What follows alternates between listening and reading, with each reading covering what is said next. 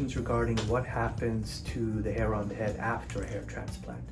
So the hair that we move, which is essentially taken from the permanent zone in the back of the head, will not go anywhere. Once we transplant that hair and it starts to grow in, it's essentially staying there for the rest of your life. However, if you have genetic hair loss, the other hair that's on the scalp will continue to thin out and even disappear. That's why we strongly encourage our patients to use any kind of FDA-approved hair retention methods, such as minoxidil, finasteride, and even low-level laser therapy. This will help to slow down the process of the hair thinning that may be occurring.